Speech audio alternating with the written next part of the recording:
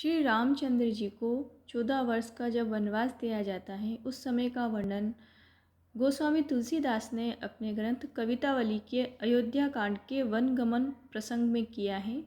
जब श्री रामचंद्र जी वह अपने महल को, अपने राजसी ठाट बाट को छोड़कर वन के लिए गमन करते हैं, वन के लिए प्रस्थान करते हैं, उसी समय का यहाँ प्रसंग है।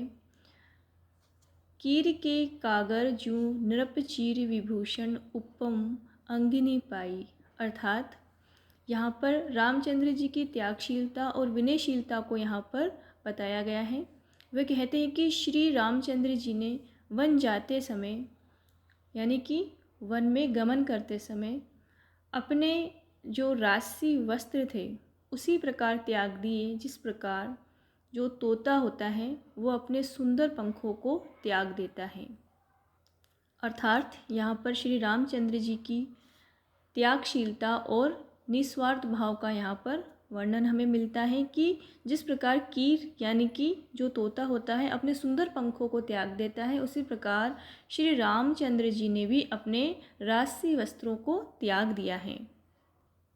उसी प्रकार श्री रामचंद्र जी ने विभूषणम उपमे अंगनी पाई, अर्थात अपने शरीर पर धारण किए गए आभूषणों को भी उन्होंने निस्सह भाव से त्याग दिया है। यानी कि यहाँ पर भी उन्होंने अपने आभूषणों को जो उन्होंने धारण कर रखे थे उनको भी उन्होंने त्याग दिया है। कब? जब वो वन में गमन कर रहे हैं। चूँकि श्री रामचंद्र जी वनवास के लिए जा रहे हैं तो यहाँ लिखा हुआ है कि ओद तजी मगवास के रुख जूँ पथ के साथ जो लोग लुगाई। अर्थात उन्होंने अयोध्या को उसी प्रकार से त्याग दिया है जिस प्रकार राहगीर रास्ते के वृक्षों को त्याग देता है। अर्थात जब राहगीर रास्ते में चलता है तो रास्ते में पड़ने वाले वृक्ष पीछे छूट जाते हैं और राहगीर आगे की तरफ बढ़ जाता है। तो अयोध्या के उसी प्रकार से त्याग दिया जिस प्रकार से राहगीर रास्ते में पड़ने वाले जो रुख मतलब वृक्षों को त्याग देता है। पथ के साथ जो लोग लुगाई, अर्थात रास्ते में अयोध्या के स्त्री पुरुषों को रास्ते के सभी साथियों की भांति उन्होंने त्याग दिया है। किसने? श्री रामचंद्र जी ने। आगे लिखा हुआ है संग सुबुद्ध पुनित प्रिया मानो धर्म क्रिया धरि देह सुहाई।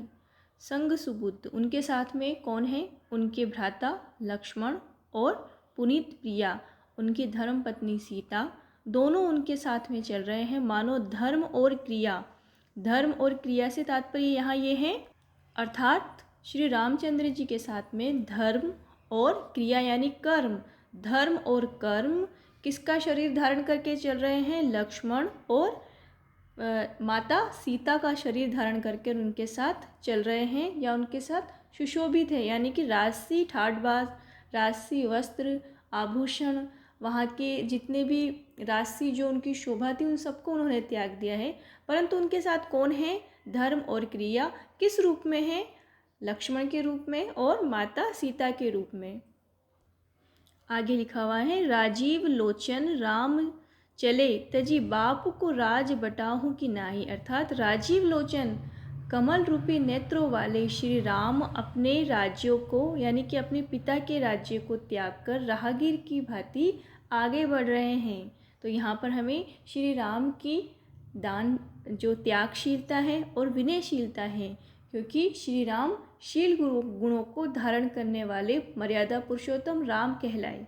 तो यहाँ पर हमें श्री राम के वन में गमन करने का यहाँ प्रसंग हमें प्रस्तुत कवित्त के अंदर, जो कि गोस्वामी तुलसीदास ने अपने कवितावली के अयोध्या कांड के वन गमन प्रसंग में प्रस्तुत किया है, वो यहाँ पर हमें किस रूप में दिखाई दे रहा है? ये कवित्त है जो कि कवितावली से लिया गया है।